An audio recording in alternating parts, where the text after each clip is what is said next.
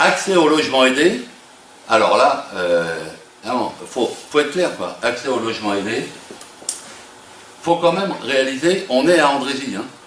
On est à Andrézy, il y a des jeunes qui depuis 7 ans demandent un logement et n'en ont pas. Depuis 7 ans, entre-temps ils se sont mariés, ils habitent encore chez les parents avec leurs femmes, ils ont des enfants, ça nourrit de la surpopulation dans le logement. On est dans des situations qui sont des situations d'aberration sociale. Comment on peut poser le fait qu'il y ait véritablement sur la ville une politique logement qui favorise l'accès au logement pour les jeunes? Et là, on a un certain nombre de choses qui sont à tenir et qui sont évidemment d'abord d'avoir effectivement un suivi et une promotion d'un certain nombre de dossiers dans les commissions d'attribution logement et d'arrêter de faire que ce soit géré par d'autres et que la municipalité ne se préoccupe pas de soutenir la question des dossiers des jeunes en demande de logement sur la ville. Il y a là quelque chose qui est assez insensé au niveau de ce qui se produit depuis des années à Andrézy. Donc, des formations, donc je suis sur la formation en alternance, c'est vraiment, parce qu'on y est, hein, c'est la question de la politique d'insertion sociale et professionnelle, ça en fait partie.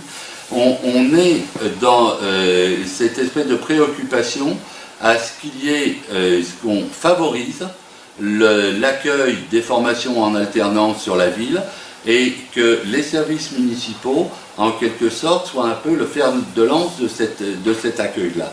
Évidemment, pas à n'importe quelle condition, pas n'importe comment, mais de travailler en concertation avec les services pour faire place à des jeunes en formation en alternance et qu'il y ait aussi, à partir de là, une action qui soit incitative pour les commerces, pour les artisans, etc., de l'accueil des jeunes en formation en alternance.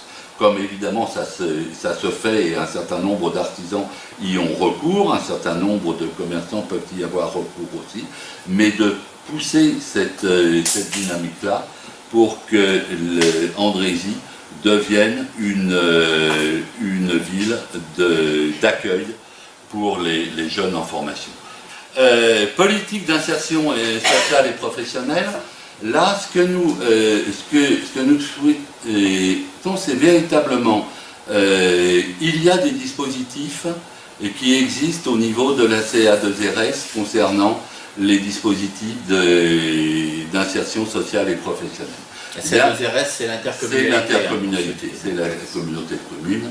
Mais donc il y a un certain nombre de dispositifs qui existent et ce que nous souhaitons, c'est d'une part amplifier la participation et la participation d'Andrézy à ces dispositifs, soutenir l'orientation des Andréziens vers ces dispositifs et éventuellement proposer un certain nombre de dispositifs qui soient véritablement adaptés au processus d'insertion pour les jeunes Andréziens. Donc là, c'est un travail qui se fera en coopération et puis aussi d'utiliser de façon extrêmement déterminée tous les dispositifs qui peuvent exister concernant l'insertion sociale et professionnelle.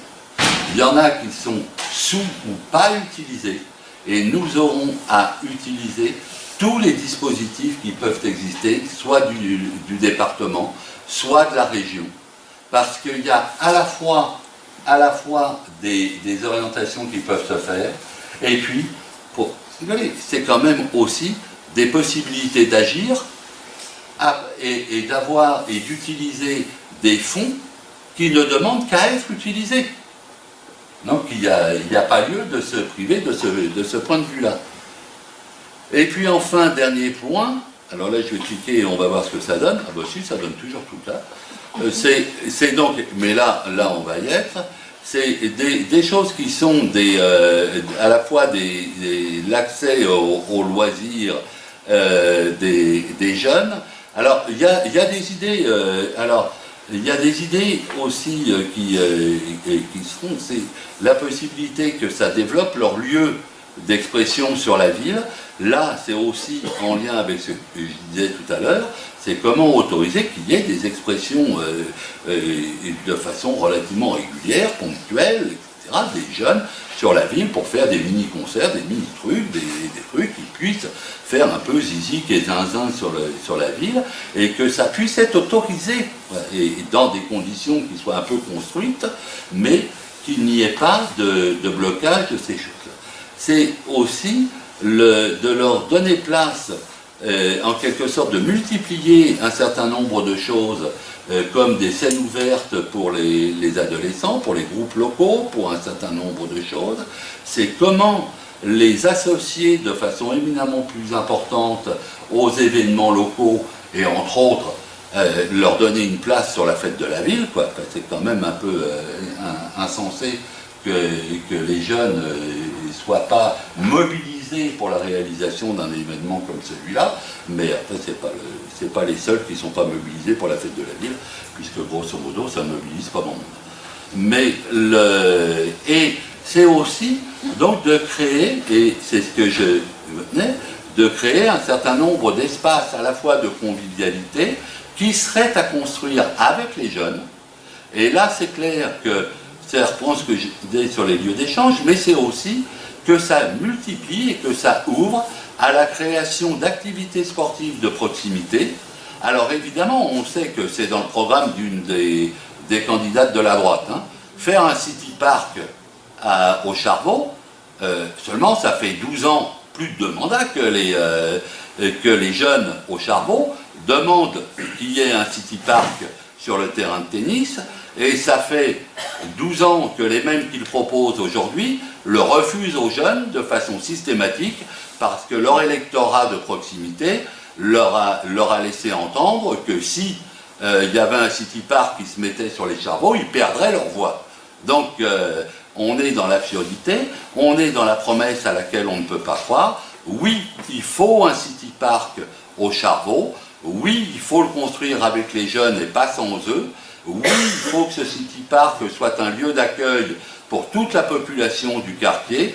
Oui, il faut définir les règles de son fonctionnement avec les jeunes et les habitants pour éviter que ça génère des crispations, etc., entre les uns et les autres. Donc oui, il faut un city park, et oui, il faut que ce soit dans un processus de très grande concertation. Mais il ne faut pas qu'un city park au Charbot, il faut aussi penser avec eux et avec le reste de la population le fait qu'il y ait des équipements sportifs de proximité dans d'autres lieux de la ville. On sait, et des jeunes nous ont dit qu'il y avait probablement quelque chose qui serait à faire le long des berges de la Seine pour construire du parcours sportif. Donc on mettra ce chantier-là au travail avec eux pour qu'il y ait un parcours sportif là aussi en concertation sur les berges de la Seine. Toutes mesures qui, évidemment, coûtent un peu d'argent, mais ne sont pas des dépenses absolument prohibitives pour une ville comme Andrézy.